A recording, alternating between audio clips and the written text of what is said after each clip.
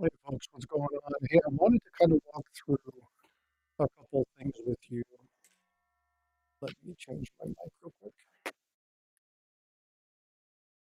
Looking at the looking at set that we have going through. Just a minute, let me fix this mic. All right, hopefully that's a little bit better. Hey everybody, how you doing? Good to see you. Thank you so much for being in here. So what you're looking at right now is the Stacks and Bowers auction. If you guys aren't tracking the Stacks and Bowers auction, this is for the last 3 cents that have been printed or minted by the U.S. Mint. These are the gold Denver and Philadelphia coins. And I just wanted to kind of go through some of these prices with you and show you kind of what's going on. The event is live right now. Look at the very first one that went through. This is number 25 in the countdown.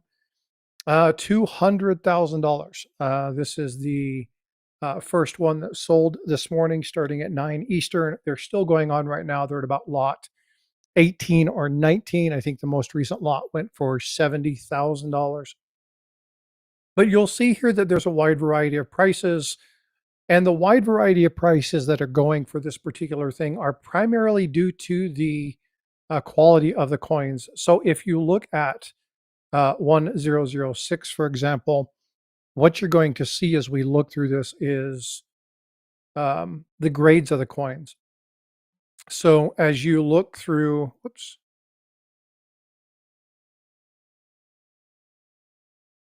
not sure why that happens. There we go. When you look at this, you'll see that this is one of the lowest. And I mean, we're talking the lowest grade for Philadelphia. Philadelphia ranged in grades from 63 to 66, depending upon which lot you're talking at. This particular lot, lot 6, was the lowest one at MS63. And then it had a moderate grade for Denver at 65. The gold ones came in at 68, 69. Those were the two grades for those. I don't think any graded at 70, and I think only 6 graded at MS 68. But when you're looking at some of these lots and you see these lower numbers, it's most likely because they're the lower grades in either Philadelphia or Denver. Now, there is one lot that is expected to go a little bit higher. That was, oh, which one was that? That was 212, I believe, was the number on that one. Let's get to that one real quick. I apologize for the delay on this. So again, as we get down here to, we're going to get to lot 212. And again, when we look here, you'll see that the current bid, they're still bidding for it. If it's red, it means that the auction is still going. If it's black, it means that it's done. And when you look at this one being $80,000, you wonder why the bid is $80,000. But when you come down here, you're going to see that it has the highest rating for Denver. Denver 67, 65. This is one of the better sets that you're going to get. It's not the top set, but I think it is considered the best by the graders, and it has to do with this Denver grade being 67. There's only one 67. Most of them are 66, and the 67 did come from Denver. So just want you guys to be tracking that. But again, when you're looking at these bids, some of these bids are going pretty high. Now, if you want to place a bid, I'm not going to be showing this for very long. I'm actually going to mute this when it comes up. Actually, I may not even do that. I probably won't do that for copyright reasons. You can actually watch the live bid. The live bid's going on now. But that first coin fetched. Hey, what's up, Michael? How you doing? The very first coin. Let's get back to number one. And you look at these prices. It's pretty big. I'll show you some math here in just a second. Talk about what's going on. And we'll get back to number one. Again, that very first coin did go for a cool $200,000. Now, mind you, this is not with the die set. This did not come with the die set. This number 1 is the 25th in the countdown, or the 232 in the countdown to number 1, the very last coin. So when we go to the very last coin, which is 232, you're going to see that the current bid right now is 360,000. Now, you're going to go, well, it's going to go up a little bit. Yeah, it's probably going to go up quite a bit. I'm expecting this number to hit somewhere around the $500 to $750,000 mark. Now you might be like, "Hey, Frosty, it's may go higher than that." The Mint suggested that the coins were going to go somewhere around, um, 2 to 5 million. Well, what they were talking about, and I'm going to show you this real quick. The reason they said 2 to 5 million was just a standard math. So if I take $20,000 per lot, you can see they're going much higher than that. And I multiply that times the 232, you're going to see that it's $4.6 million. Okay, now, as you've seen, a lot of these, I'm going to go ahead and clear this out of here. A lot of these coins are going for, let's just say, a base of $50,000. When this is all over and everything is done, I'll actually calculate the numbers for you and give you a final tally. But if you were to time this number times 232 being the average price, we're looking at $11 million. Now, that doesn't take into account some of the outliers. Some of these outliers at 110, 180, 200,000. That last lot, again, if we look at that last lot, let's say that we add, this was $50,000. Let's say that we just add $600,000 to that. So if we just add the $600,000 to that, we're over at $12 million. So as I look through this, hey, Kyle, what are you doing? As I look through this, and as we continue to kind of monitor what's happening with this, it looks like the Stacks and Bowers auction could fetch somewhere upwards of between 13 and $15 million, depending upon how the rest of the lots go. If for some reason, and again, when we go back and we look at these, we're going to see 30, 40, $50,000, but these are the end. Okay, so let's go ahead and come back here to lot 0001, which is the very first lot. Again, 110, 110, 85, 75, 75, 60. So even if we just change that to an average estimated lot size of 70,000, and we do that times the 232, we're looking at $16 million, and that doesn't take into account the outliers. So I expect them to be pulling 17 to $18 million from this last 232 lot sell that they're doing. Now, if you haven't been tracking this and you're looking, oh, kin of mine, yeah, I think it's insane. I'm going to talk a little bit, and again, we're not going to be on very long. I've just taken a little bit of time to step away from lunch and kind of brief you guys on what's happening with the Stacks and Bowers auction. Again, it is live right now. But what we're looking at here is a lot of money for 3 coins. Now, I want to remind everybody that these coins, 2 of them are made of zinc. And we've seen the very last one has a giant fingerprint on it, right? So if these are not cared for, now granted, the people that are spending $50, $80, $100,000, in time, they might try to turn around and flip these for more money. Some of these people are going to hold these. They're going to have to really worry about the degradation of the zinc over time. That is a major concern with these.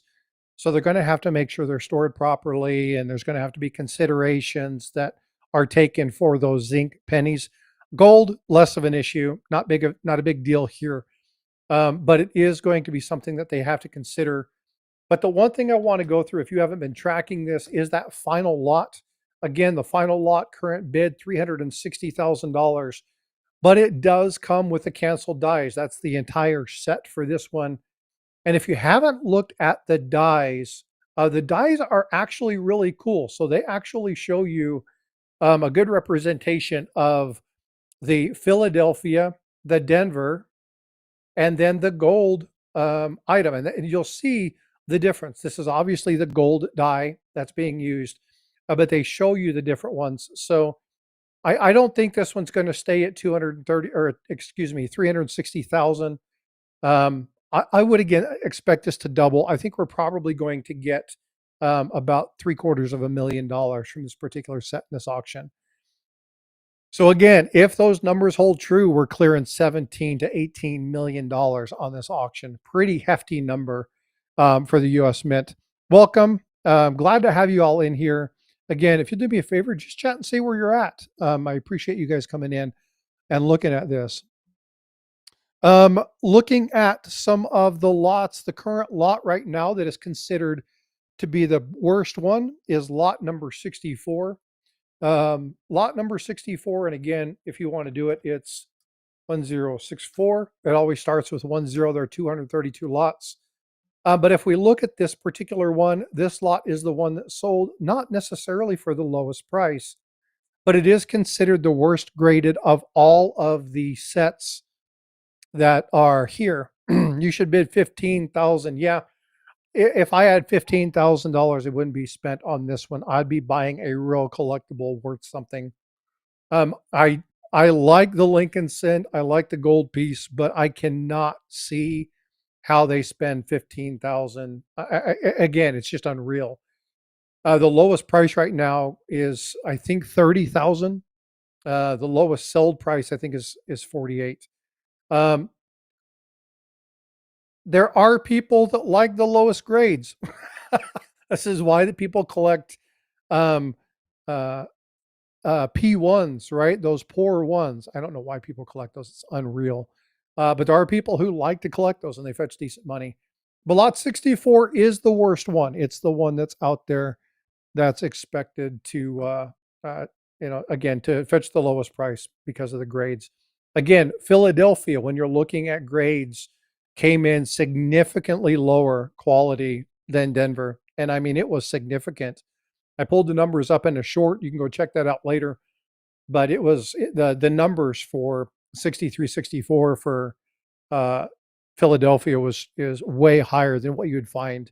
I think 65 was the average for the Denver coins. So no, I mean $15. Well, again, collectibles, but if you have this much money and you're spending it, good for you. Um, there are pieces. A lot of people are going to buy these and flip them for profit. That's going to be one of the major intents. We've talked about this on the live streams on Saturday and Sunday mornings, 8:30 Central. We've had many discussions about the rarity, quote unquote, of these coins.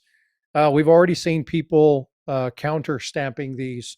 So there's a lot of concerns, a lot of issues that are going to happen with these showing up in fake slabs and counterfeits in the next year. So you're going to really have to watch this. They're already showing up, but within the next year, they're going to be just atrocious. I think there's going to be a big boon on the secondary market initially. You'll see that some of those prices increase. And then just like you will with the gold flowing hair or the flowing hair silver with Privy, I think you're going to see those prices drop. The prices dropped about 20%, 15 to 20% since the peak on those gold flowing hair coins and then the silver flowing hair cents. Correction for about, oh yeah, no worries. Um, it's just unreal. But I wanted to kind of go through as this auction is happening live right now, show you some of the numbers. And again, just looking at these, 60, 70, up again, $160,000. And when you look at this, obviously you're going to see that these are going to fetch much higher numbers. Again, 66. So that's why that number is so high. This is another really important thing that I want to address to everybody who's watching. First off, thank you for being here. If you're new to the channel, you like it, subscribe. But here's a really important piece. There's 232 of these. That's great. But what's more important is the rarity of the quality. When you look at the 67, you have to look at how many 67s are there. If the 67 for this is the top pop, it's going to be highly desirable. So while the number of these matters, the condition they're in matters more. So when you're looking at coins of scarcity or rarity or high desirability, grade always counts. So when you're trying to buy coins, don't go crazy with it, but try to buy the best one that you can afford because, again, they're going to hold their value. Rarity does matter, scarcity does matter, desirability does matter, but the quality of the strike, the quality and the condition of the coin, especially for older coins, um, doesn't always matter with ancients. Ancient has to do a little bit more with designability and desirability and who the family is. And there's a whole lot of other factors when it comes to ancients. Ancients is way out of my league. I don't, if you want that, I'll try to get Aaron Burke back on to talk about ancients and why, excuse me, why that grading scale is so different.